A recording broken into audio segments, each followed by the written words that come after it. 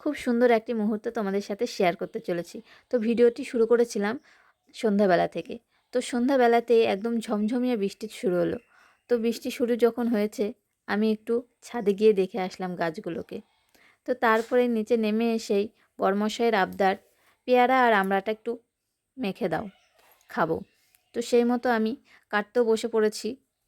তো কেটে নিয়েই আমি একটু সর্ষে আর লঙ্কা দিয়ে বেটে মেখে নেব। তার আগে এই যে পেয়ারার আমড়াগুলোকে ভালো করে ধুয়ে নিলাম। ধুয়ে নেওয়ার পরে আমি এই যে দেখো একদম রেডি করে নিয়েছি। এবারে বরমশাইকে দেওয়ার পালা। তো নিয়েও চলে এসেছি, ওনাকে দিয়ে দিয়েছি। আর দেখো কিভাবে তাকাচ্ছে।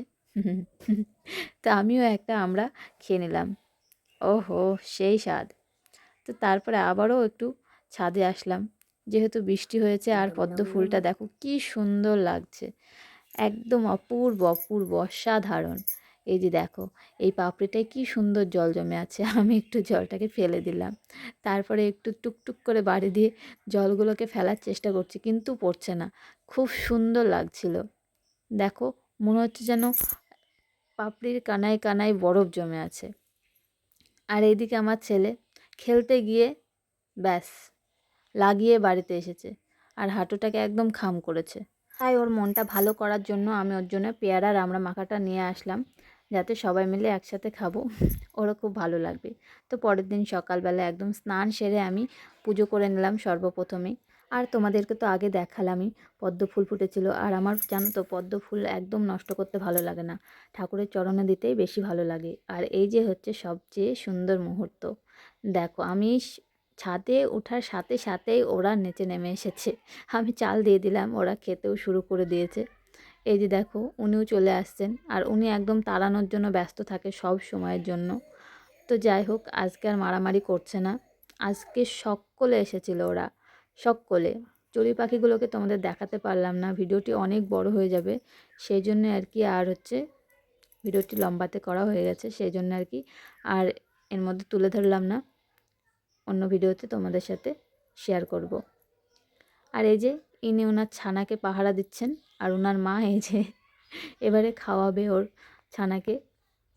তো দাঁড়াও, তোমাদেরকে আগের দিন আমি দেখাতে পারিনি ওর ছানাকে খাওয়ানোটা। এবারে দেখো আমি দেখাবো আজকে। এরা দেখো কি সুন্দর খেয়ে নিচ্ছে ঝটপট করে। আর বৃষ্টি হয়েছে সাথে, কি সুন্দর লাগছে। ছাদটা মনে হচ্ছে যেন ওদেরই ছাদ। এত সুন্দর লাগছে। আর এই যে ইনি খাওয়াচ্ছে এখানে লুকিয়ে লুকিয়ে।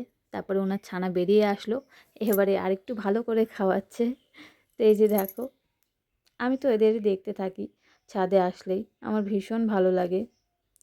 চাল ফুরিয়ে গেলে আবারও এনে আবারও দিই, যাতে ওরা অনেকক্ষণ ধরে থাকে আর খেতেই থাকে।